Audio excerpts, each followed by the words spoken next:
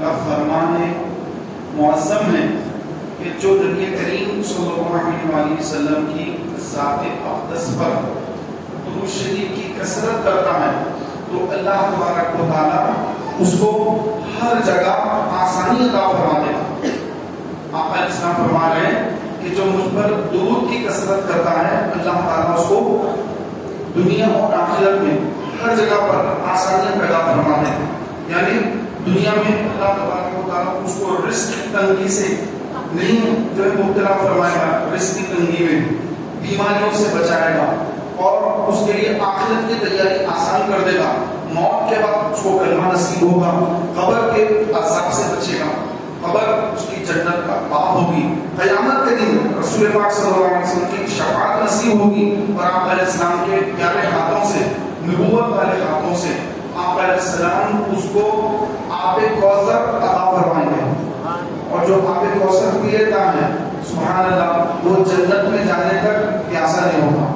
تو یہ آب کوثر اسی کو ملے گا جو سرکار کا امت کی حضور پر کثرت سے درود پڑھنے والا، سرکار کا چاہنے والا، عاشق رسول، سرکار کی محبت میں ڈوب کر درود شریف کی کثرت کر رہا ہے۔ سبحان اللہ، اللہ تبارک و تعالیٰ عز و جل اس کو اپنے پیارے حبیب صلی اللہ علیہ وسلم کے مبارک ہاتھوں سے آب کوثر عطا فرمائے گا، اور جس کو آب کوثر مل گیا اس کا جنت میں جانا یقینی ہو گیا کہ وہ ضرور داخل جنت ہو جائے گا، کیونکہ آپ علیہ السلام کے مبارک ہاتھوں سے آب کوثر اس کو عطا ہو گیا ہے۔ تو یہ سب برکتیں اس کو مل رہی ہیں جو درود شریف کی کثرت کرتا ہے۔ پیارے بھائیوں، جسم کی غذا ہوتی ہے، صبح دوپہر شام آدمی کو کھانا پڑتا ہے، کھانا کھائے گا تو پھر اس کی طبیعت باہر رہے گی، کھانا نہیں کھائے گا طبیعت خراب ہو جائے گی، اس کو چکر آئیں گے، پڑ جائے گا کہ کھانا نہیں ملا تو طبیعت خراب ہو گئی۔ تو پیارے بھائیوں، روح کی بھی غذا ہے، ایک جسم کی غذا ہے، ایک روح کی غذا ہے۔ فرمایا گیا روح کی جو غذا ہے وہ ہے درود پاک پڑھنا، جس کی کثرت سے درود شریف کی عادت ہوتی ہے اس کی روح مضبوط ہوتی ہے، اس کو شیطان جلدی گمراہ نہیں کر سکتا، اس کو کبھی گناہوں کے راستے پہ لے کے جا نہیں سکتا، کیوں؟ اس کی روح مضبوط ہے۔ جس کی روح مضبوط ہوتی ہے، روح غذا کھا کر اپنی درود شریف پڑھ کر اور روح جب مضبوط ہوتی ہے تو اس کو شیطان بہکا نہیں سکتا، اس کو نہ زانی بنا سکتا، نہ شرابی بنا سکتا، نہ اس کا ایمان متزلزل ہو سکتا، کیونکہ اس کی روح غذا لے کر مضبوط ہو چکی۔ جس طرح پہلوان ہوتا ہے، ایک پہلوان یہ عام آدمی کی طرح نہیں ہوتا ہے، بلکہ اس کے ہاتھ پیر بڑے مضبوط ہوتے ہیں، وہ جلدی ہار نہیں مانتا، اگر اس سے کوئی لڑنے آئے تو وہ اس کو ہرا دیتا ہے کیونکہ وہ پہلوان ہے۔ تو اسی طرح جو بندہ کثرت سے درود پڑھ کر اپنی روح کو مضبوط کر دیتا ہے، تو جب شیطان آ کر بندے سے گناہ کروانا چاہے اس کی روح مضبوط ہے، پھر وہ گناہوں کی طرف نہیں جائے گا، بلکہ شیطان جو ہے وہ اس کو شیطان کو وہ ناکام کر دے گی روح۔ جس طرح ہمارے اسلاف، ہمارے بزرگان دین جب شیطان کے پاس آتا اور آ کر کہتا کہ دیکھو آپ دنیا کو چھوڑ دیے، آپ جو ہے آپ کا لباس دیکھو کیسا ہو گیا، آپ کیا کھا رہے ہیں، آپ کے پاس گھر کا یعنی آپ کے پاس مکان تک نہیں ہے، آپ بھی عبادت میں لگے رہے، پہلے ایک مکان بنا لیجیے، پہلے اچھا لباس پہن لیجیے، اچھا کھا لیجیے، بعد میں تو زندگی بھر پڑی عبادت کرنے کے لیے۔ تو ایک بزرگ کے پاس شیطان آ کر یہ بات بتایا کہ روٹی کپڑا مکان جو آج ہر انسان کا، ہر انسان کی زبان پر ہے، بھائی روٹی کپڑا مکان کا مسئلہ ہے، روٹی ہونا ہے، کپڑا ہونا ہے، مکان ہونا ہے۔ تو روٹی کپڑا مکان یہ جو نعرہ شیطان کی طرف سے ہے، اور شیطان اسی جال میں لوگوں کو پھنستا ہے۔ تو یہ جان لے کر ایک اللہ کے ولی کے پاس گیا جن کی روح درود پاک پڑھ پڑھ کر کافی مضبوط تھی۔ جب شیطان ان کے پاس گیا اور جا کر کہا کہ اے حضرت آپ اتنی عبادتوں میں لگے ہوئے ہیں، اتنی ریاضتیں کر رہے ہیں، آپ کا لباس دیکھو کیسا، لباس کیسا ہے آپ کا، کیا کھا رہے ہیں آپ، دیکھیے آپ کی حالت کتنی خراب ہوگی، آپ کو پتہ تک نہیں ہے، آپ گھر بے گھر پھر رہے ہیں۔ تو آپ نے کیا فرمایا، کھائیں گے کیا؟ تو آپ نے فرمایا کہ میں تو مرنے والا ہوں، موت کھاؤں گا۔ تو پھر اس نے کہا کہ آپ پہنیں گے کیا، لباس دیکھیں آپ کا کیسا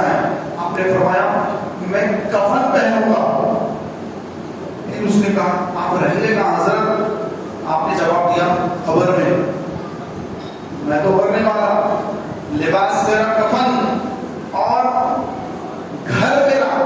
خبر جب شیطان یہ جواب سنا تو فوراً پلٹ کر بھاگ گیا. بولے کہ ان کو نہیں بہکا سکتے، ورنہ آمد نہیں ہو تو ہم آسانی سے بہکا لیتے ہیں کہ بھائی تم جو ہے نمازوں میں لگ گئے، دینی کاموں میں لگ گئے، تمہارا جو ہے کاروبار کیسے چلے گا، تمہارا آخرت کہہ رہے ہیں. لیکن دنیا تو دیکھو، پہلے گھر میں چراغ جلاؤ، بعد میں جو ہے مسجد میں چراغ جلانا. اس طرح کی کئی طرح کی بات نہیں ہے وہ کر کے لوگ جو ہے، جو اگر کوئی بندہ دین پہ چل بھی رہا ہے اس کو پیچھے کھینچ لیتے ہیں.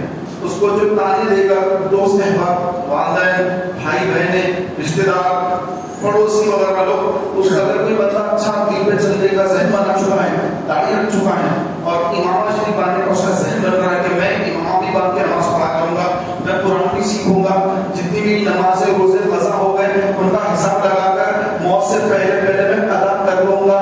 کیونکہ اس کو یقین ہے کہ میری موت آنے والی ہے، کہ میرے والد گزر گئے، ان کے والد بھی گزر گئے، ان کے والد بھی گزر گئے، ان کا تو مجھے نام بھی پتا نہیں ہے کیا ان کا نام تھا. تو یہ میرا بھی ایک وقت مجھ پر بھی ایسا آئے گا کہ میرا نام جاننے والا دنیا میں کوئی باقی نہیں رہے گا. ایک وقت ایسا بھی آنے والا ہے کہ دنیا میں فلاں نام کا ایک بندہ تھا، یہ دنیا بھول جائے گی. ایک ایسا وقت بھی آنے والا ہے. پیارے بھائیوں، جس کو موت کا یقین ہے تو وہ اپنی قبر کی تیاری کرتا ہے، آخرت کی تیاری کرتا ہے. اور جو شیطان کے بہکاوے میں آ کر دنیا دار بن جاتا ہے تو پھر وہ اپنی آخرت کو فراموش کر دیتا ہے اور بس اس کا مقصد دنیاوی عیش و آرام اور دنیاوی طور پر دنیا حاصل کرنا، یہ اس کا مقصد بن جاتا ہے. تو اللہ سے ہم کثرت سے درود شریف پڑھنے کا ذہن بنائیں تاکہ ہمیں ہمارے ذہن کو اللہ تعالیٰ دین کی طرف کھول دے، سرکار کی محبت میں ہم ڈوب جائیں تو پھر انشاءاللہ تبارک و تعالیٰ اس دل میں جب رسول پاک کی محبت آ جائے گی تو دنیا کی محبت نکلتے چلی جائے گی. کیونکہ ایک میان میں دو تلوار نہیں لے سکتے، اسی طرح ایک دل میں دنیا کی محبت اور رسول اللہ کی محبت یہ ساتھ نہیں لے سکتے. یا دنیا دار ہوگا یا پھر رسول اللہ صلی اللہ علیہ وسلم کا عاشق ہوگا.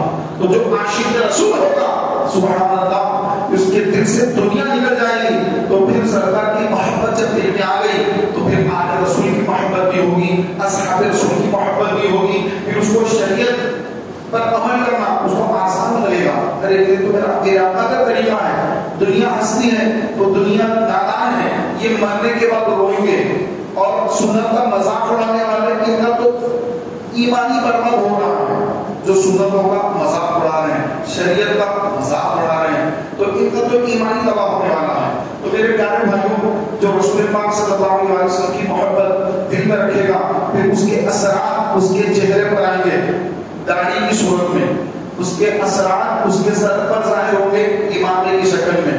اس کے اثرات عشق رسول کے جو اثرات ہیں اس کی گفتگو سے جب بات چیت کرے گا تو زبان پر گالی گلوچ، جھوٹ اور چغلی کی باتیں وغیرہ، یہ زبان اس کی گناہوں سے پاک رہے گی. کیوں؟ اس کے دل میں عشق رسول جو آ گیا تو اس کے اثرات مرتب ہو رہے ہیں. جب جس سے بات کرتا ہے نیکی کی دعوت دے رہا ہے، جس سے بات کر رہا ہے اس کو اجتماع کی طرف بلاتا ہے، جس سے بات کر رہا ہے اس کے علم میں اضافہ کر رہا ہے کہ اپنی گفتگو سے اس کے علم میں اضافہ ہو کہ جب آپ سے ملاقات کر کے جائے تو آپ کے علم میں کچھ چند باتیں ایسی جو آپ کو پہلے معلوم نہ تھی وہ باتیں آپ کے علم میں آ جائیں.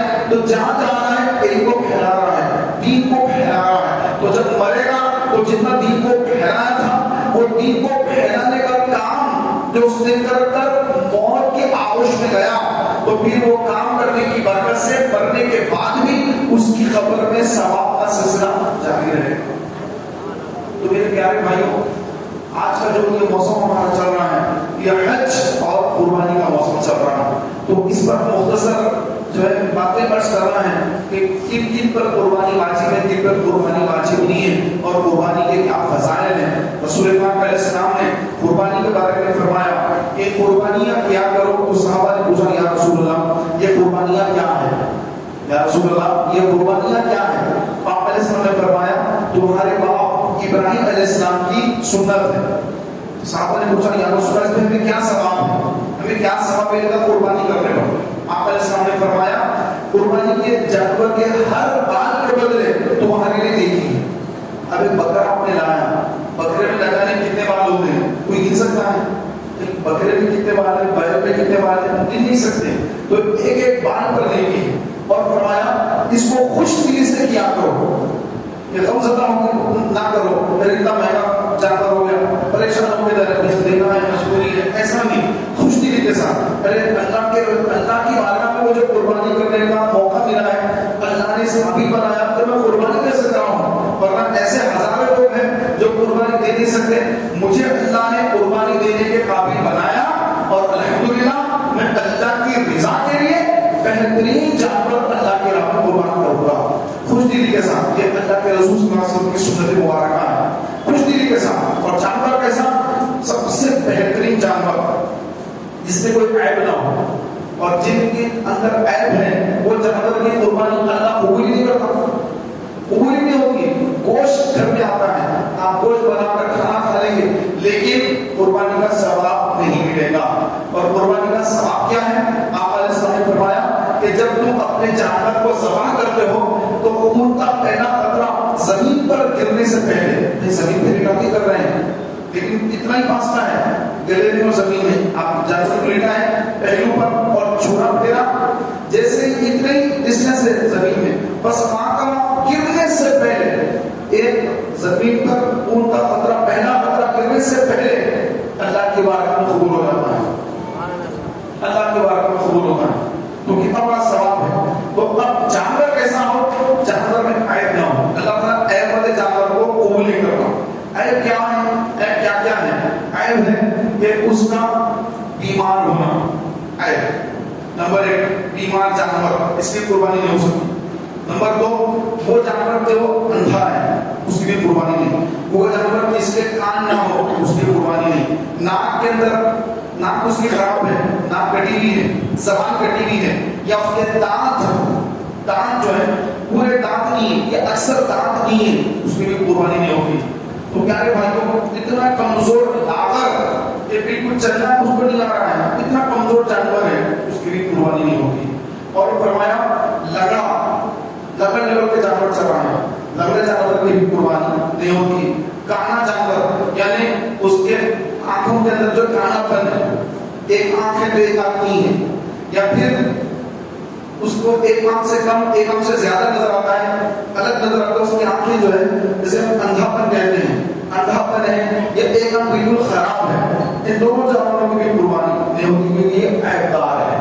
تو ایسے عیب والے جانور اگر کوئی لے کے قربانی کرے گا اس کی قربانی نہیں ہوگی. سینگ ہے, سینگ جو ہے پیدائشی اگر سینگ نہیں ہے اس کی قربانی ہو جاتی ہے, لیکن پیدائشی سینگ تو تھے لیکن بعد میں سینگ ٹوٹ گئے. اب کتنے ٹوٹے؟ 1/3 سے زیادہ اگر سینگ ٹوٹ گئے اس کی قربانی نہیں ہوگی. دم کا بھی یہ مسئلہ ہے, جانور پورا اچھا ہے لیکن دم اگر ٹوٹی بھی ہے, 1/3 سے زیادہ ٹوٹی بھی ہے, تو علماء نے فرمایا کہ وہ مکروہ ہے, مکروہ تحریمی ہے. یعنی قربانی دینے والا جو ہے, قربانی جو دے رہا ہے, تو یہ 1/3 سے زیادہ اگر ہے تو قربانی نہیں ہوگی, 1/3 سے کم ہے تو کراہیت کے ساتھ قربانی ہو جاتی ہے. تو یہ جانور جو ہے یہ عیبوں سے پاک و صاف ہو اور اچھا فرما نظر آئے, اور عمر کتنی ہو جس کو چاہو اٹھا کے دے دیا, ایسا نہیں ہے. اس کے اندر اللہ نے عمروں کی شرط رکھی. بکرا ہے 1 سال, بیل ہے 2 سال, اونٹ ہے 5 سال. اونٹ میں اونٹنی نر مادہ دونوں کی قربانی ہوتی ہے. بیل, گائے, بھینسا, ان سب کی قربانی ہوتی ہے. لیکن یہاں پر ہم اپنے وطن میں گائے کی قربانی نہیں دیتے, گائے کی قربانی نہیں دیتے, بیل کی دیتے ہیں. گائے کی ہم نہیں دیتے ہیں. بیل کی قربانی الحمدللہ اچھے انداز سے دیتے ہیں, گائے بکرا بالکل نہیں دیتے. تو بکرا بیل ہے اس کی قربانی, بیل فیمیل میل, بھینس جو دودھ دینے والی بھینس ہے, کالی بھینس, اس کی بھی قربانی ہو جاتی ہے. بھینس میں میل فیمیل ہے, میل بھی ہے, اس کو کھلگا کہا جاتا ہے, کٹا بھی کہتے ہیں پڑوسی ملک میں, یہاں پہ کھلگا کہتے ہیں. تو اس کی بھی قربانی ہو جاتی ہے. اور اگرچہ کہ وہ جو گوشت وغیرہ ہے وہ گوشت جو ہے ایسا نہیں ہوتا جس طرح بیل کا ہوتا ہے, تو گوشت الگ الگ ہوتا ہے, تھوڑا سا صحیح نہیں ہوتا ہے, لیکن قربانی اس کی ہو جاتی ہے. اس سے ہٹ کر بکرا, بکری, میڈا, میڈی, ان کی بھی قربانی ہو جاتی ہے. اس سے ہٹ کر اب آج کل جو ہے تھوڑے لوگ اپنے آپ کو ہم حدیث والے کہہ کر جو ہے وہ مرغے کی قربانی نہیں ہوتی ہے. یہ تین ہی جانور ہے، بیل، اونٹ، بکرا. اس میں بکرے میں میڑا بھی ہے، کڑلا بھی ہے، جیسے کڑلا کہتے ہیں جو اکثر گلیوں وغیرہ میں نظر آتے ہیں. اور میڑا تو اس کے بعد گھنگرالو ہوتے ہیں، گھنگرالو بال ہوتے ہیں، میڑا جو ہوتا ہے اس کی قربانی ہے. اس سے اگر کوئی جانور کی قربانی نہیں ہے. تو پیارے بھائیوں کو ذہنی فطروں سے سنیوں کو بچنا چاہیے.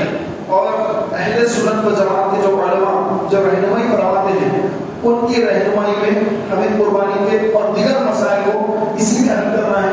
اور نئے نئے لوگوں کے پاس جب بات لوگ جس سے بھی اس سے مسائل پوچھ لیتے ہیں تو پھر گمراہ ہو جاتے ہیں.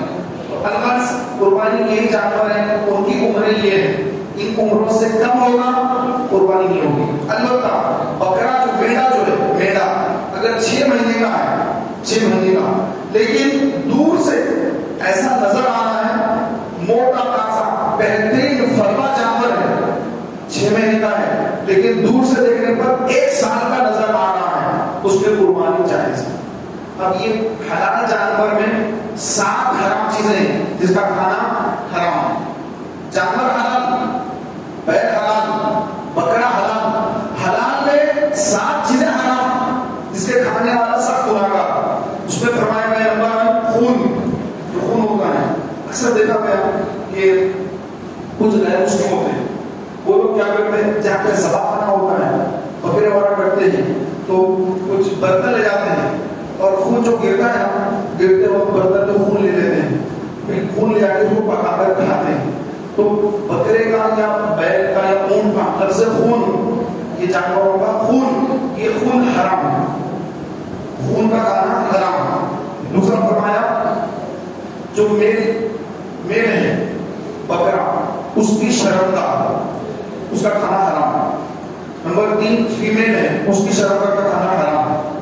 نمبر 4 اس کے جو ہے کپورے ہوتے ہیں، کپورے وہ بھی کھانا حرام. حسنین کہتے ہیں اس کو، کپورے کھانا وہ بھی حرام. 4 ہو گئے. اور 5واں جو ہے مثانہ، جسے یورینل بلیڈر کہتے ہیں، مثانہ اس میں پیشاب جمع ہوتا ہے، وہ کھانا بھی حرام ہے. اور اس کے علاوہ حدود آتے ہیں، حدود آتا ہے، حدود، جی حدود، تو حدود بھی جسم میں ہوتے ہیں تو حدود کھانا بھی حرام ہے. اور اس کو فرمایا پتا ہے وہ حسد کرتا کھانے کو، پتا کھانا بھی حرام. تو یہ 7 چیزیں حلال جانور میں 7 چیزیں حرام ہیں، ان کا کھانا جائز نہیں. اب اس سے ہٹ کر جیسے بٹ، بوٹی، بوتا جس کو کہتے ہیں، اوچھڑی بھی کہا جاتا ہے، کتابوں میں اوچھڑی ہوتا ہے، بول چال میں اس کو جو ہے بوٹی، بٹ یا جو اس طرح کہتے ہیں. تو اس کے کھانے کے بارے میں جو ہے اعلیٰ حضرت امام اہل سنت الشاہ امام احمد رضا خان فاضل بریلوی رحمۃ اللہ علیہ نے اس کے بارے میں فرمایا کہ مکروہ تحریمی ہے، یعنی حرام کے قریب ہے، مکروہ تحریمی ہے. اعلیٰ حضرت نے کو کھانے سے منع کیا، لیکن بعد میں کچھ علماء نے لکھا کہ سب لوگ کھا رہے ہیں اس کو، بوٹی، بوتا وغیرہ سب کھا رہے ہیں اس کو، بٹ کو کھا رہے ہیں غربت کی وجہ سے یا پھر کسی بھی وجہ سے اس کو کھا رہے ہیں. تو جتنے لوگ کھا رہے ہیں تو اتنے زیادہ لوگ کھا رہے ہیں کیونکہ 100 سال گزر گئے، اعلیٰ حضرت دنیا سے خطاب فرمائے، حالات بدل گئے، بہت بدل گئے حالات. تو بکرے کا گوشت کھانا مشکل ہو گیا مسلمانوں کو، کافی مہنگا ہو گیا گوشت، 700 روپے 800 روپے کلو ہو گیا بکرے کا گوشت. تو گوشت کھانا مشکل ہو گیا، لوگ جو ہے بوٹی وغیرہ خریدتے کھا لیتے ہیں. تو پھر علماء نے جو ہے چند علماء نے یہ فتویٰ دیا کہ یہ کھانا تحریمی نہیں تنزیہی ہے. تو اب اس میں علماء کی 2 رائے ہیں. چند علماء ابھی اس کو کھانے سے منع کر دیں، چند علماء فرماتے ہیں کہ اس کو کھانے میں حرج نہیں ہے. تو جن علماء کی جو بات مانتے ہیں وہ ان علماء کی بات مان کر اس پر عمل کر لیں، جھگڑے کی کوئی ضرورت نہیں ہے. تو اس طرح گردہ ہے، گردے میں سے پیشاب جاتا ہے، گردے کا کام یہ ہے پیشاب کو صاف کرنا، جس میں جو پانی اس کو پیشاب نکال دینا، باہر صاف کرنا، یہ گردے کا کام ہے. تو اس طرح پیشاب بہتا ہے. تو گردہ کا کھانا ہے تو بعض علماء نے گردے کو مکروہ تنزیہی لکھا، یعنی گناہگار نہیں ہوگا لیکن اللہ کو پسند بھی نہیں ہے. تو اس کو کھانے کا طریقہ یہ بتایا کہ ثابت نہ ڈالے بلکہ اس کو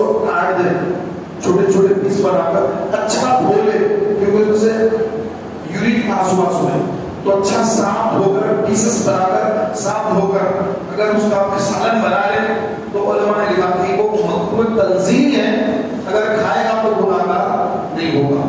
لیکن اگر ثابت گردہ ڈال دیا، ثابت گردہ اکثر جو ہے بعض لوگ ڈال دیتے ہیں بریانی میں ثابت گردہ آ گیا، ارے بھائی اس کا تو پیشاب تھا، آپ نے ثابت ڈال دیا، پکی کی بریانی بن گئی، بوٹیاں نکلی، بوٹی کے ساتھ گردہ بھی آ گیا. تو اب دیکھیں کتنی پیاری ہے، مجھے بولنے میں کیسا ہو رہا ہے. تو اب اس کو صافی نہیں کیا، پیسز نے کیا ٹکڑے کر کے، صافی نہیں کیا ثابت ڈال دیا، یہ غلط ہے. ثابت نہ ڈالا جائے، ٹکڑے کر کے اس کو پیسز بنا کر 3 پانی میں دھو کر اس کو اگر پکا لے تو مکروہ ہے، تنزیہ ہے، آدمی گناہ گار نہیں ہوتا ہے.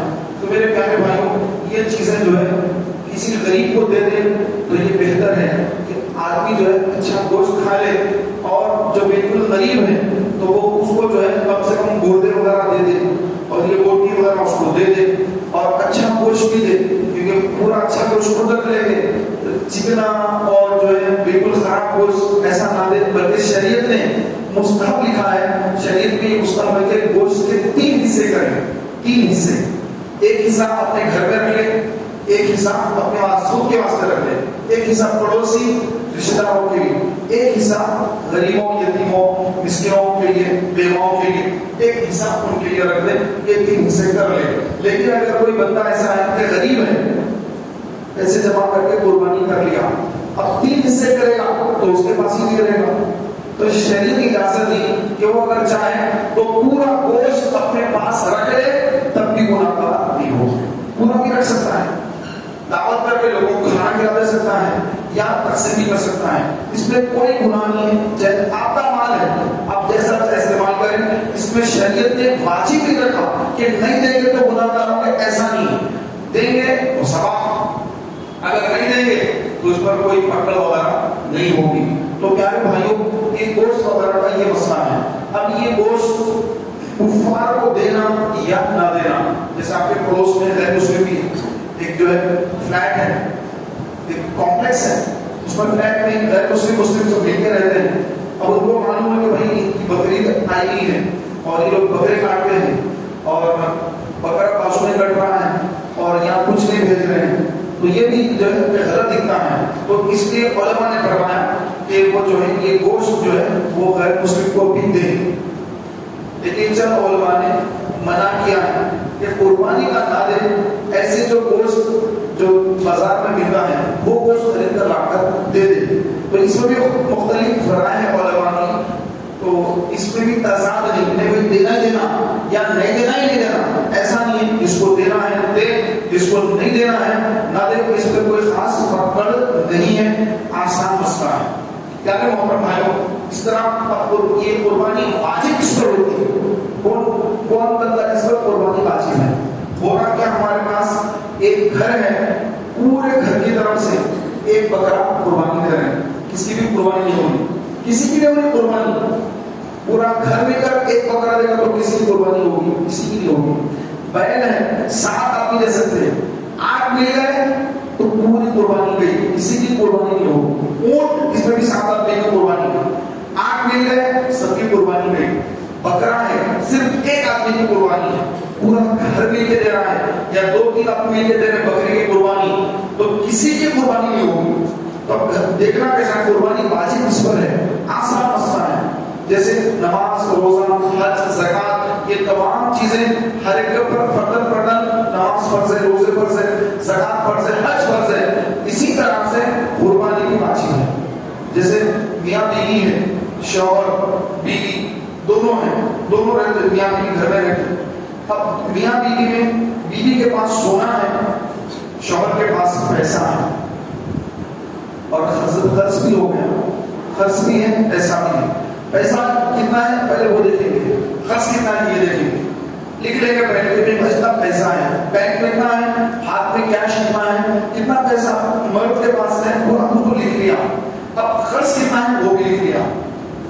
اب اس کے بعد جتنا پیسہ ہے اس پہ قرض جو ہے وہ قرض کو مائنس کر دیں گے، منہا کر دیں گے، نکال دیں گے قرض نکلنے کے بعد اب دیکھیں گے کتنا پیسہ بچا ہوا ہے. اگر اتنا پیسہ ہے کہ جتنے پیسے میں 52.5 تولے اب چاندی کیسا تولہ ہے؟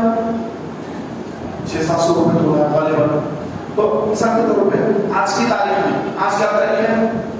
22 تاریخ، 22 جون 2023، 22 جون 2023 ہے آج. تو آج کی تاریخ میں تقریباً 600-700 روپے تولہ چاندی.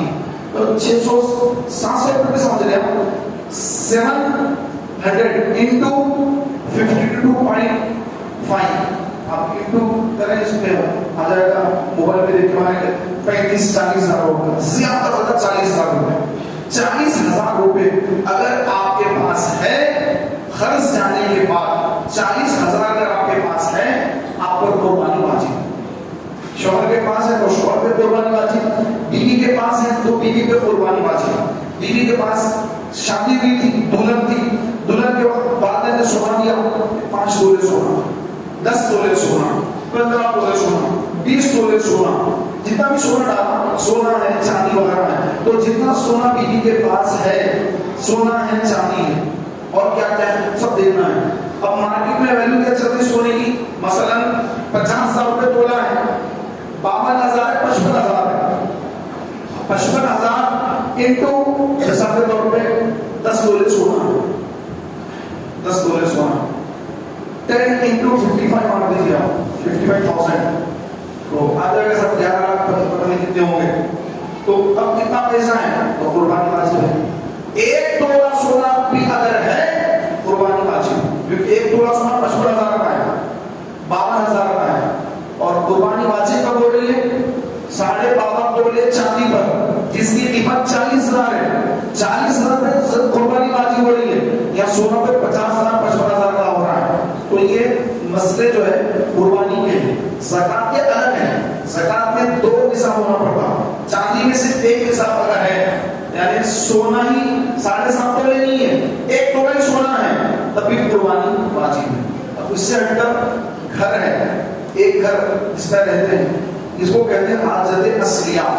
اب اس کے اندر اور بھی سامان ہے، فریج ہے، واشنگ مشین ہے، ایئر کولر ہے، یا کسی کے پاس ایئر کنڈیشنر ہے، اے سی ہے، چلانے کی بائک وغیرہ ہے، موبائل ہے، کار وغیرہ ہے. یہ تمام چیزیں حاجت اصلیہ میں ہیں، یہ اس کی ضرورت کی چیزیں ہیں.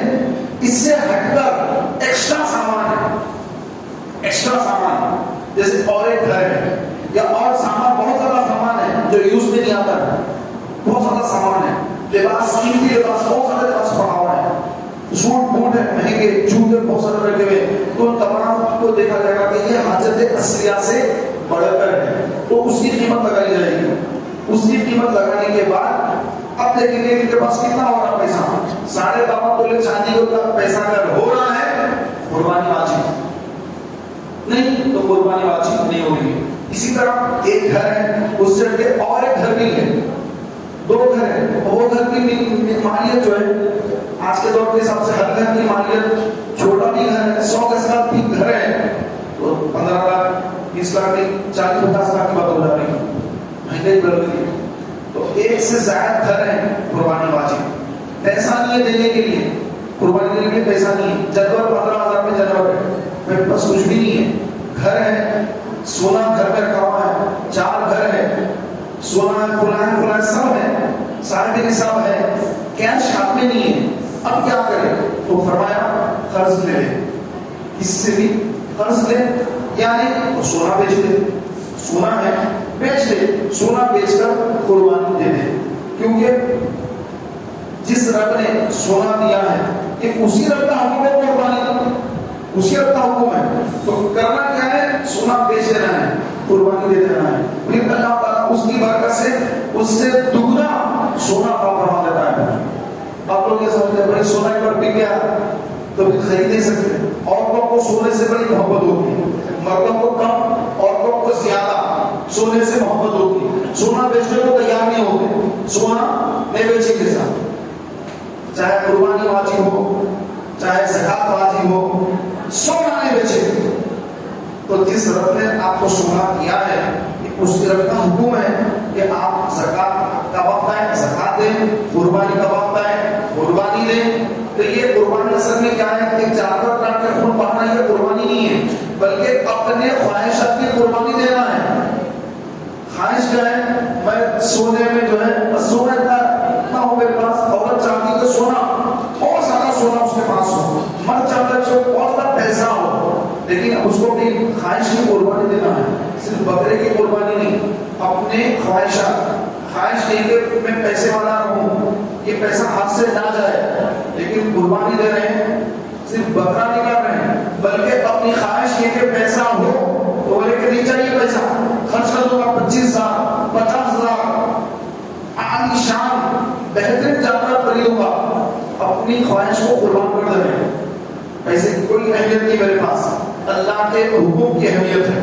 آقا علیہ السلام نے فرمایا کہ جس کی استطاعت ہے قربانی کرنے کی اور وہ قربانی نہ کرے وہ ہماری عیدگاہ کے قریب نہ آئے، ہماری عیدگاہ کے قریب نہ آئے، کہ اللہ نے قربانی دینے کے قابل بنایا، صاحب نصاب بنایا، پھر بھی قربانی نہ کرے، ہماری عیدگاہ کے قریب نہ آئے۔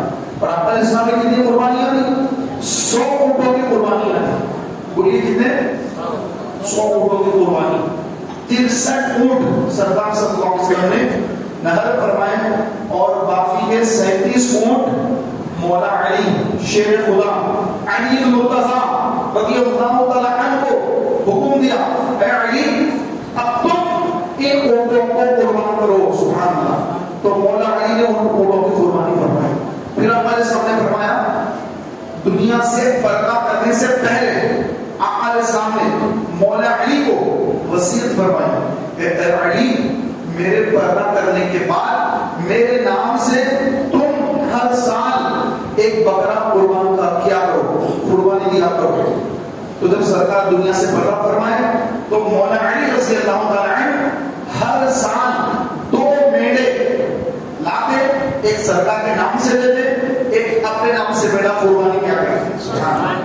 اس میں ایک شرعی مسئلہ بھی سنی تھی، اگر ہمارے کوئی والد والدہ یا کوئی بھی وصیت کرے کہ دیکھو بیٹا میرے مرنے کے بعد میرے نام سے قربانی کرنا، وصیت کرے، اب وصیت کرنے کے بعد وہ قربانی کریں گے، کرنا ہے ہمیں، لیکن اس کا گوشت کھا نہیں سکتے، سب کا سب تصدق کرنا پڑے گا، صدقہ کرنا پڑے گا، لیکن والدین نے وصیت نہیں کی، انتقال ہو گیا، والد صاحب کا والدہ کا انتقال ہو گیا، اور انہوں نے وصیت نہیں کی کہ دیکھو بیٹے میرے مرنے کے بعد میرے نام سے قربانی کرنا، ایسی کوئی وصیت نہیں کی، انتقال ہو گیا۔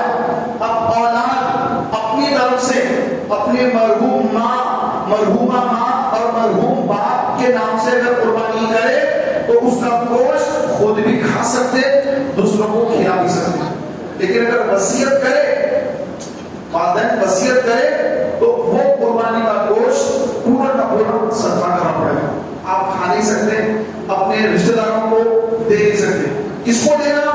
وہ اس کو دینا جو مسکین غریب یتیم ہے، جو زکات کا مستحق ہے، اس کو سارا گوشت صدقہ کر دینا۔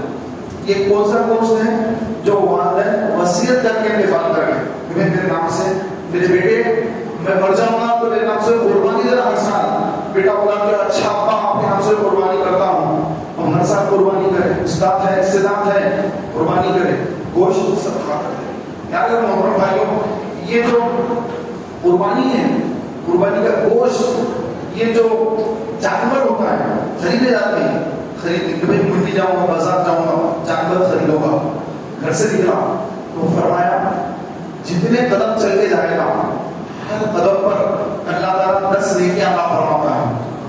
جیسے آپ مسجد کو آ رہے ہیں، نماز پڑھنے کے لیے آ رہے ہیں مسجد کو، گھر سے نکلے مسجد آ رہے ہیں، جتنے قدم چل کے آ رہے ہیں آپ کو ثواب ہے، مسجد کو جا رہے ہیں ثواب ہے۔ تو قربانی کا جانور، جو قربانی عبادت ہے، مالی عبادت کا نام قربانی، تو اب قربانی کا جانور خریدنے کے لیے منڈی کو جا رہے ہیں، بازار جا رہے ہیں، تو جتنے قدم چل کر جائیں گے ہر قدم پر 10 نیکیاں مل رہی ہیں۔ اب جا کے اس سے گفتگو کر رہے ہیں، بھائی یہ جانور کتنے سال کا ہے، اس کے دانت تو اچھے ہیں، اس کے کام تو اچھے ہیں، کام کا جانور ہے، کیا اس کی قیمت ہے، آپ گفتگو کر رہے ہیں، گفتگو شدید ہو رہی ہے، گفتگو ہو رہی ہے، تو آپ کا یہ گفتگو کرنا اللہ کے پاس ذکر اللہ میں شمار ہوگا۔ جیسے سبحان اللہ الحمدللہ ولا الہ الا اللہ واللہ اکبر ذکر کر رہے ہیں، تو یہ جانور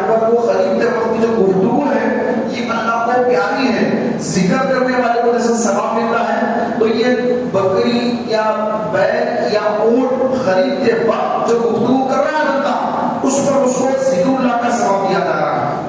پھر اگر اس کے پیسے کا چوری ہو گئے، مارکیٹ میں گیا 1 لاکھ روپے لے کے گیا، اور پاکٹ پلیئر ہوتے ہیں، چور اچکے ہوتے ہیں، ان کو معلوم کہ یہ مارکیٹ ہے، یہاں پہ لوگ پیسہ لے کر آتے ہیں، یہ جانور خرید رہے ہیں، 2 آدمی آئے ہیں، یہ جانور خرید رہے ہیں، ان کے پاس پیسہ ہے. اگرچہ کہ آج کل آن لائن بھی ڈال دیتے ہیں لوگ، بعض لوگ لے کے بھی آتے ہیں نیٹ کیش، بعض لوگ آن لائن ہے نا ہم ڈال دیتے ہیں، ایسا بھی چل رہا ہے آج کل. تو پہلے آن لائن تو تھا نہیں، تو نیٹ کیش دیتے تھے لوگ. تو اس وقت کا یہ مسئلہ ہے. فرمایا گیا کہ اگر کسی کے پیسے چوری ہو گئے تو فرمایا کہ اتنے پیسے اللہ تبارک و تعالیٰ ان پیسوں کا صدقہ کرنے کے برابر ثواب عطا فرمائے گا. جیسے آپ نے کسی کو صدقہ دے دیا، اتنا اللہ تعالیٰ ثواب عطا فرمائے گا. سبحان اللہ، سبحان اللہ. تو پیارے بھائیوں، اب وہ آدمی جب جانور لے کر آتا ہے تو میں اس کو اللہ کے نام پہ قربان کروں گا. بسم اللہ اللہ اکبر، بسم اللہ اللہ اکبر کر کے ذبح کرتا ہے.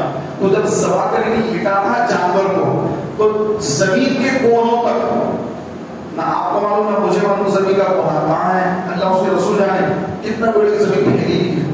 تو زمین کے کونے تک چاروں طرف، ایسٹ ویسٹ نارتھ ساؤتھ، چاروں طرف زمین کے کونوں تک جتنے ذرات ہیں، سب ذرے اس بندے کی مغفرت کی دعا کرتے ہیں جس کے نام سے قربانی ہو رہی ہے. جس کے نام سے قربانی ہو رہی ہے اس کی مغفرت کی دعا کر رہے ہیں زمین کے ذرات. اب کتنے ذرات ہیں زمین کے، اندازہ لگائیں کتنی مغفرت کی دعا ہو رہی ہے اس کی. پھر جب وہ خون کا خطرہ زمین پہ گرنے سے پہلے اللہ کی بارگاہ میں قبول، جب اللہ کی بارگاہ میں قبول ہو گیا تو سبحان اللہ، پل صراط پر جب اللہ گزرے گا تو یہ جانور، پہلی قربانی کا جانور، وہاں پر روایت میں لکھا ہے کہ پہلا جانور جو اپنی زندگی میں سب سے پہلے قربانی کی، فرسٹ ٹائم کی جو اپنی قربانی ہے، وہ جانور جو ہے پل صراط پر موجود ہوگا. اس پر بیٹھ کر بندہ پل صراط کو پار کرے گا. مطلب یہ کہ پل صراط پر اس کو اللہ تعالیٰ آسانی عطا کر دے گا. ایسا نہیں کہ یہ جانور آئے گا اس کے اوپر بیٹھ کے جائے گا، ایسا بالکل ایسا نہیں، بلکہ اللہ اس میں آسانی کر دے گا. پل صراط پر یہ جانور کی قربانی پل صراط پر اس کے کام آئے گی. تو یہ ہو گیا. پھر فرمایا جب وہ گوشت کاٹتا ہے، ذبح ہو گیا، اب گوشت کے ٹکڑے کر دیے، کھانا سالن بنایا اور پہلا لقمہ کھایا، بھئی یہ قربانی کا گوشت ہے، کھایا تو پہلا لقمہ لیا، اس کے پیٹ میں کھانا گیا، یعنی گوشت کا ٹکڑا گیا، بوٹی گئی پیٹ کے اندر. تو جاتے ہی اس کے جسم کی تمام رگیں اللہ تعالیٰ کی بارگاہ میں اس بندے کی مغفرت کی دعا کرتے ہیں. تو اتنی پیاری جو قربانی ہے. تو پیارے بھائیوں، اس سے کون محروم ہوگا؟ وہی جو اصلی محروم ہے. تو اس سے محروم نہیں بننا ہے، اس کو دینا ہی دینا ہے، قربانی ہر حال میں دینا ہے. اس عظیم و شان ثواب سے محروم نہیں ہونا ہے. تو پیسہ تو آتا جاتا رہتا ہے، تو موت جب آئے گی تو پھر ختم، پیسہ سارا چھوڑ کے جانا ہے. اب دوسرے اس پر قبضہ کر لیں گے کہ ہمارا ہے، تو چلے گا بھی جانا وہ تو گیا، اب جو ہے وہ بولے گا یہ میرا ہے. اگر آپ زندگی میں خرچ کرتے اللہ کے راہ میں تو پھر اللہ تعالیٰ آپ کو یہاں پر بھی دیتا، وہاں پر بھی دیتا. تو قربانی سے محروم نہیں ہونا چاہیے، ہر حال میں قربانی کرنا چاہیے. فرمایا گیا کہ کوئی غریب آدمی ہے، قربانی کا جانور خرید لیا، اب اس کے بعد 4 دن بچے قربانی کو، جانور گھر میں لایا، اب گھر میں جانور آ کے اچھلا، سینگ ٹوٹ گئی یا آنکھ میں مار لگ گئی، عیب دار ہو گیا، عیب آ گیا، قربانی نہیں ہوگی. عیب آ گیا، قربانی نہیں ہوگی. اب کیا کرے؟ تو مسئلہ علماء نے لکھا کہ اگر غریب آدمی ہے اور اس کا جانور عیب دار ہو گیا تو اس کے لیے جائز ہے کہ وہ اسی جانور کی قربانی کر لے، کیونکہ وہ دوسرا جانور خرید نہیں سکتا. مالدار ہے، پیسے والا ہے، صاحب نصاب ہے، اس کا جانور عیب دار ہو گیا تو وہ جانور کو چھوڑ دے، نیا اچھا جانور لائے، کیونکہ اللہ نے اس کو نوازا ہے، صاحب نصاب ہے، تو اچھا جانور خرید کر اچھے جانور کی قربانی کرے. اب ایسا ہوتا ہے کہ عید کا دن ہے، عید کی نماز پڑھ کر آئے، قربانی کا شروع ہو کر بتائیں عید کی نماز جیسے ہوتی پورے شہر میں، اب حیدرآباد سکندرآباد ہے، حیدرآباد اور سکندرآباد میں پورے ٹوین سٹیز میں، شہر بھر میں کہیں بھی ایک جگہ عید کی نماز ہو گئی تو پورے شہر والوں کے لیے قربانی کا وقت شروع ہو گیا، قربانی کا وقت شروع ہو گیا۔ لیکن صحیح کیا ہے، یہ تو اپنی جگہ قربانی کر سکتے ہیں، لیکن جب تک اپنی نماز نہ ہو، اپنی نماز نہ ہو قربانی نہ کریں۔ اِنَّا أَعْطَيْنَاكَ الْكَوْثَرَ فَصَلِّ لِرَبِّكَ وَانْحَرْ، فصلی بس نماز پڑھو، فصلی لربک اپنے رب کے لیے، وانحر اور اس کے بعد قربانی کرو۔ تو پہلے نماز پھر قربانی، جو نماز سے پہلے قربانی کرے، آقا نے فرمایا جو نماز سے پہلے قربانی کرے گویا اس نے قربانی نہیں کی، اس نے تو اپنے گھر والوں کے لیے گوشت کا اہتمام کر لیا، گوشت کا انتظام کر لیا، قربانی نہیں ہوئی، قربانی نہیں ہوئی۔ تو آپ قربانی اگر دے رہے ہیں تو پہلے نماز پڑھیں، اس کے بعد قربانی دیں۔ اب اس میں جو میں نے مسئلہ عرض کیا کہ قربانی کا وقت شروع ہو گیا، تو یہ جیسے آپ جو ہے بیعت میں حصہ لیے، بیعت میں حصہ لیے، تو اب بیعت میں حصہ لیے تو اب جیسے ہی وقت شروع ہوگا قربانی اگر کریں گے تو قربانی ہو جائے گی۔ لیکن اگر آپ گھر میں بکرا لائے اور عید کی نماز پڑھے بغیر دے رہے ہیں تو یہ نہیں ہوگا، پہلے جا کے نماز پڑھنا ہے پھر آ کر قربانی کرنا ہے، پہلے نماز پھر قربانی۔ اور عید گاہ میں عید کی نماز پڑھنا یہ سنت ہے، مسجد میں پڑھنا سنت نہیں ہے، ہم بھی مسجد میں پڑھ لیتے لیکن یہ سنت نہیں ہے۔ سرکار نے مسجد نبوی شریف میں عید کی نماز نہیں پڑھائی بلکہ عید گاہ، ابھی آپ جائیں گے سرکار کے بلانے سے اگر مدینہ جائیں تو مدینہ شریف میں گنبد خضرا سے سیدھی طرف جہاں پہ صدیق اکبر کا مکان تھا، ابھی ان کے نام سے مسجد بنائی گئی ہے، تو مسجد غمامہ بھی وہاں پر ہے جہاں پہ قبر آ گیا تھا، بارش ہو گئی تھی، تو وہیں پر مدینے کی عیدگاہ وہیں پر تھی، پہلے مدینے کی عیدگاہ وہیں پر تھی۔ سرکار مسجد نبوی شریف عید کی نماز نہیں پڑھائے، مسجد نبوی شریف کے بازو میں عیدگاہ ہے، عیدگاہ میں سرکار نے عید کی نماز پڑھائی، چاہے رمضان کی عید ہو بقر عید ہو، دونوں عیدوں کی نماز مسجد میں نہیں عیدگاہ میں۔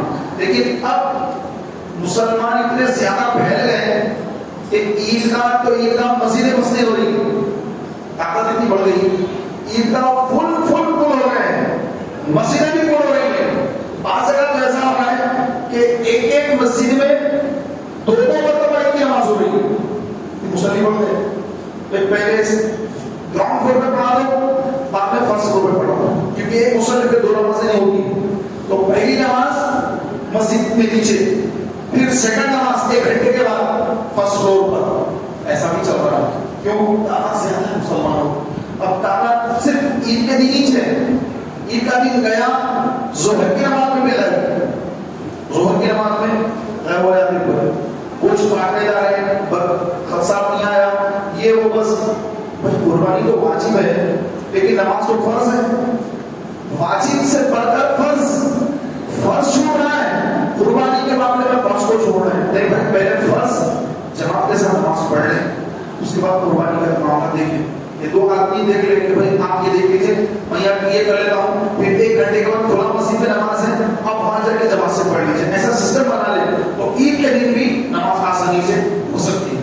یاد رکھو محترم بھائیو، اللہ کے رسول صلی اللہ علیہ وسلم نے یہ جو دن چل رہے ہیں ہمارے ذی الحجہ کے پہلے 10 دن چل رہے ہیں، ان دنوں کے بارے میں ترمذی شریف کی حدیث ہے، سرکار کے سامنے فرمایا ان دنوں کا ایک روزہ یعنی پہلی ذی الحجہ سے 9 ذی الحجہ تک، یہ جو 9 دن ہیں شروع کے پہلا عشرہ، اس کے ایک دن کا روزہ ایک سال کے روزوں کے برابر، 1 سال کے روزوں کے برابر۔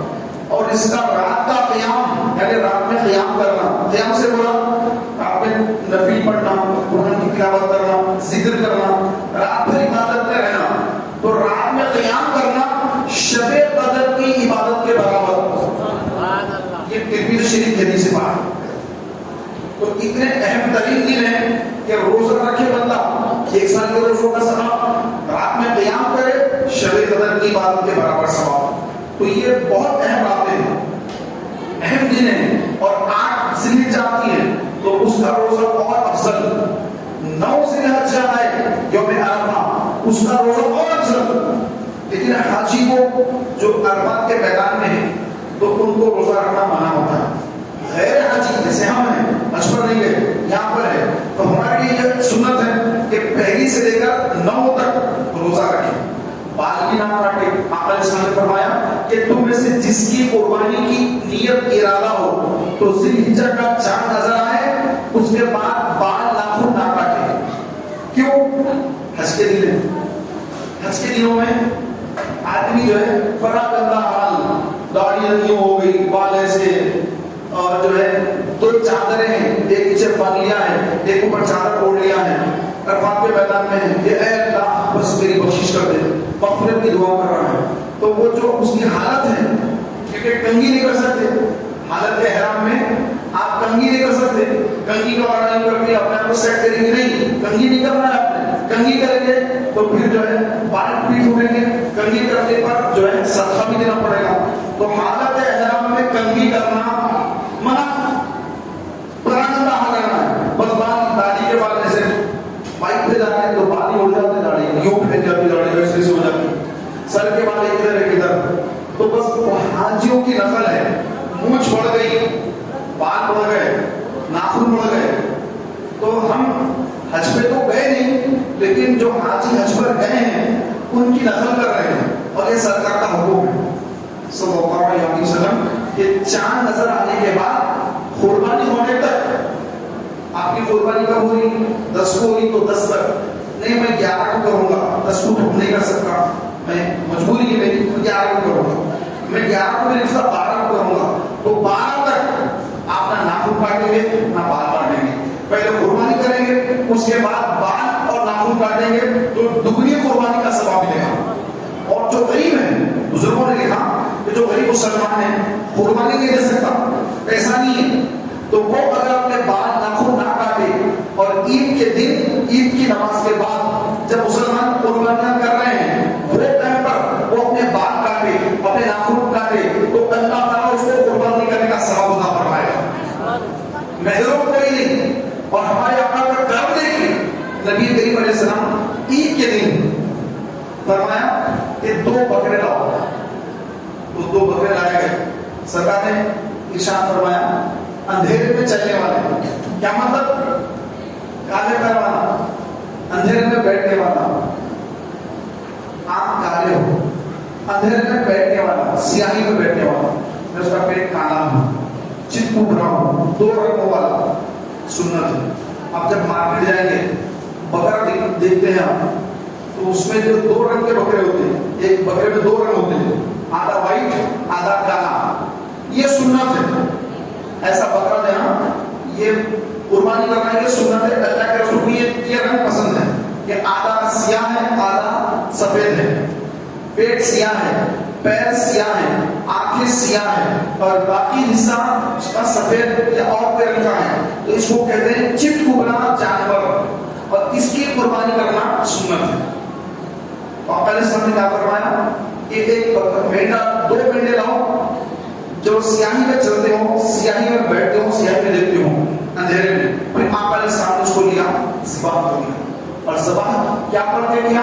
بسم اللہ اللہ اکبر، یہ پڑھ کر آقا علیہ السلام نے ذبح کر دیا.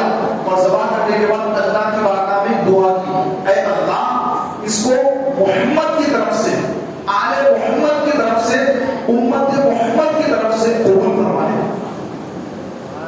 ایسا سرکار نے ہم غریبوں کا خیال فرمایا کہ قیامت تک میری امت میں ایسے غریب آئیں گے، ایسے غریب ہوں گے کہ جو قربانی بھی دے سکتے. تو آقا نے اپنے امت کے سارے غریبوں کا خیال فرما کر آقا نے پہلے اپنے نام سے، پھر اپنی آل کے نام سے، آل رسول جو سادات کرام ہیں، آل رسول کے نام سے، اس کے بعد ساری امت کے نام سے آقا نے اسلام میں قربانی کر دی. ہم پیدا بھی نہ ہوئے، ہمارے نام سے آقا نے قربانی کر دیا. آنے والی نسلیں صبح قیامت تک آقا کی امت ہی رہے گی، اور کوئی نیا نبی نہیں آئے گا. کوئی نئی امت نہیں ہوگی. آقا علیہ السلام کی امت ہی رہی سورہ قیامت تک. قیامت تک آنے والے مسلمانوں کی سرکار نے سب کی طرف سے قربانی کر دی. تو اللہ نے یہاں پر ہم کو بھی نوازا ہے, ہم کو بھی اللہ نے دیا ہے. ہم اپنی واجب قربانی ہونے کے بعد سرکار کے نام سے بھی قربانی کریں. بعض لوگ کیا کرتے ہیں, پہلے حضور کے نام سے قربانی کرنا ہے. ہمارا کیا ہے, سرکار کے نام سے پہلے قربانی کرنا چاہیے.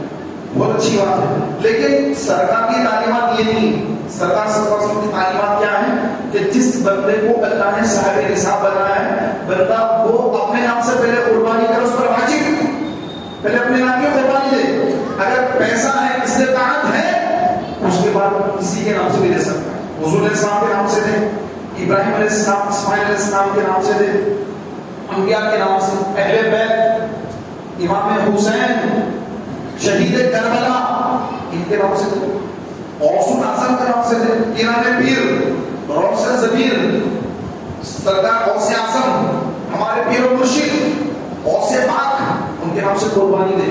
لیکن کب, پہلے اپنی دے دے, اس کے بعد اللہ نے نوازا جتنی چاہے دے.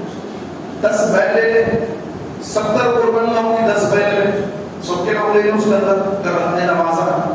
نہیں بھائی اتنا نہیں ہے, ایک بیل 7 حصے ہو گئے, اپنے نام سے پہلے سرکار کا نام رکھے, اپنا بھی نام لے لے, تو حضور کے نام کی برکت سے اس بیل میں جتنے نام ہوں گے سب کی قربانی قبول ہو جائے گی. سب کی قربانی انشاءاللہ حضور علیہ السلام کے نام سے قبول ہو جاتی ہے. تو پیارے بھائیوں, اگر اللہ نے نوازا ہے تو سرکار کے نام سے ضرور قربانی کرنا چاہیے. پیارے محترم بھائیوں, یہ قربانی جو ہے, جو قربانی کر رہے ہیں, یہ قربانی آپ علیہ السلام نے فرمایا نہ اس کا گوشت نہ اس کا خون اللہ کو پہنچتا ہے, بلکہ تمہاری نیتیں پہنچتی ہیں. کس نیت سے کر رہے ہو, گوشت کی نیت سے, واہ کی نیت سے, یا اپنی بڑائی کی نیت سے, کیا نیت سے کر رہے ہیں, نیتیں پہنچتی ہیں. تو نیت کیا ہو, اللہ کی رضا, میں اللہ کو راضی کرنے کے لیے قربانی کر رہا ہوں, اچھا جانور اللہ کی رضا کے لیے دے رہا ہوں. میری کوئی واہ کرے تو مجھے کوئی فرق نہیں پڑتا, کوئی میری تنقید کرے تو مجھے فرق نہیں پڑتا, مطمئن رہے, بالکل تعریف کر رہا تو خوش نہ ہو, کوئی تنقید کر رہا پریشان نہ ہو, ارے یار لوگ ایسا بول رہے ہیں, ایسا بول رہے ہیں, کوئی ضرورت نہیں پریشان ہونے کی.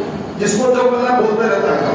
کوئی تعریف کرنے والا ہے, تعریف کر رہا ہے, آقا نے فرمایا کہ تمہارے منہ پر اگر تمہاری کوئی تعریف کرے, اس کے منہ میں خاک ڈالو, اس کے منہ میں خاک ڈالو, تمہیں گمراہ کر رہا ہے, تمہیں جو ہے تمہاری تعریف کر کے تمہیں گمراہ کر رہا ہے.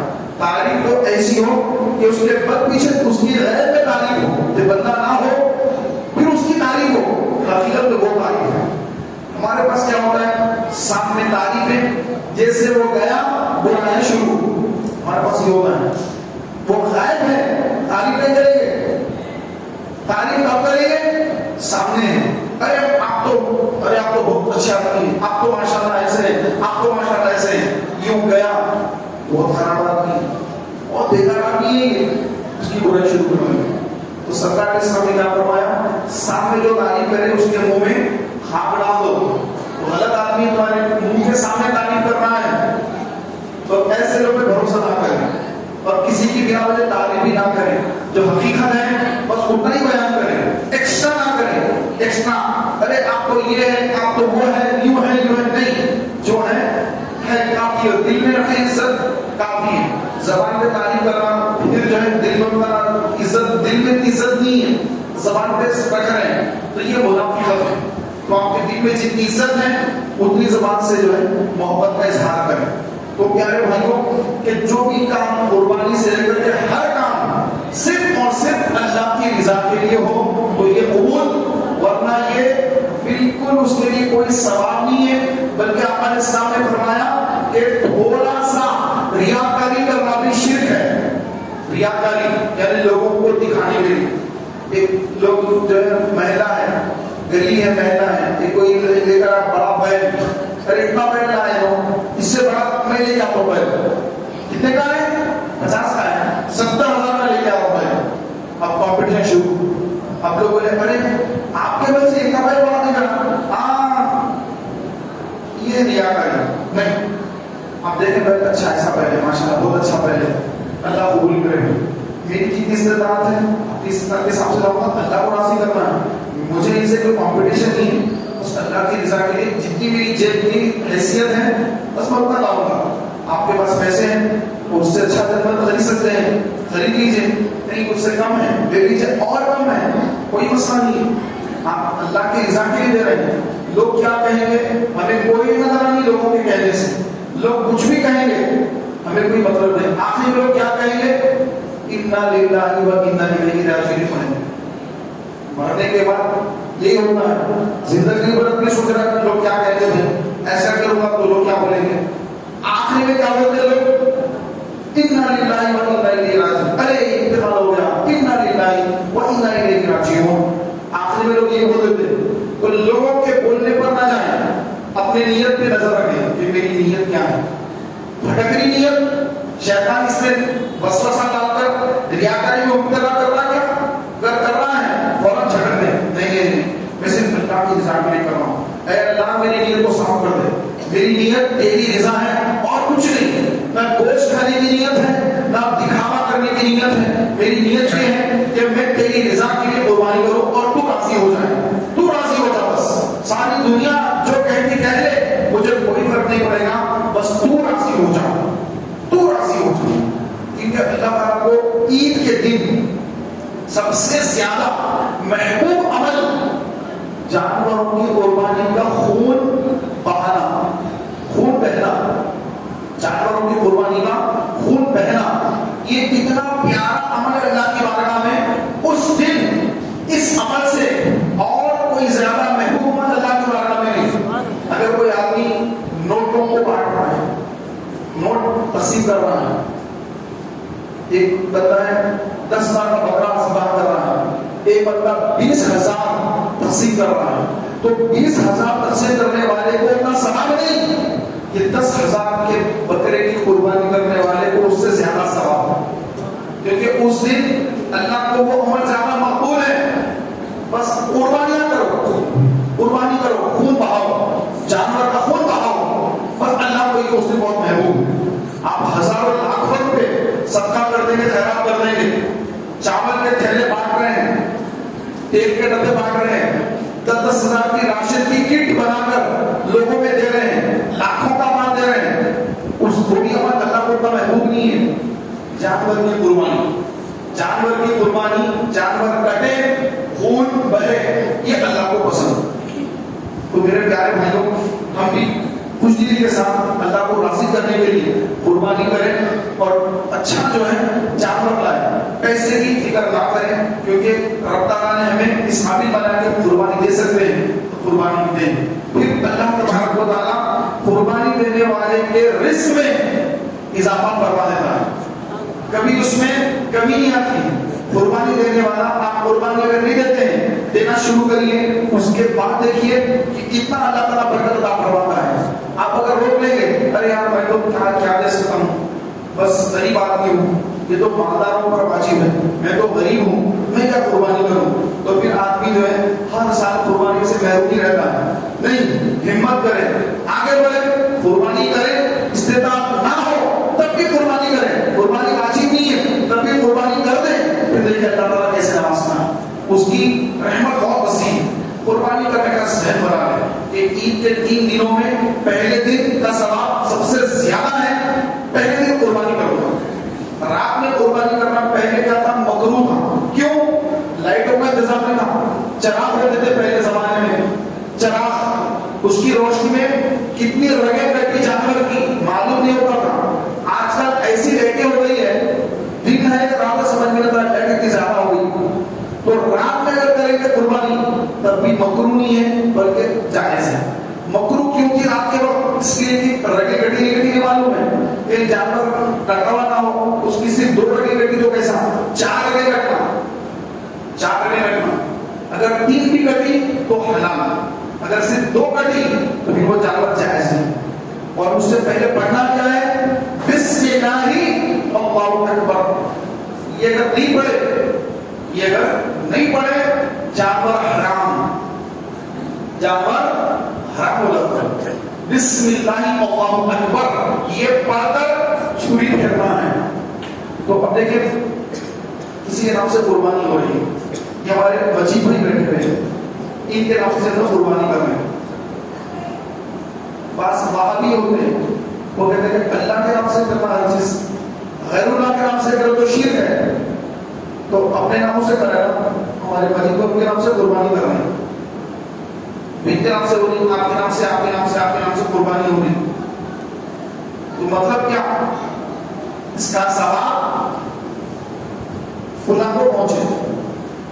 اب آپ قربانی کر رہے ہیں تو آپ قربانی کرتے وقت اپنا نام ٹھوک لیتے, کیا پڑھتے بسم اللہ اللہ اکبر, یہ پڑھنے کے بعد اب عرض کرتے کہ اے اللہ اس کو قبول فرما.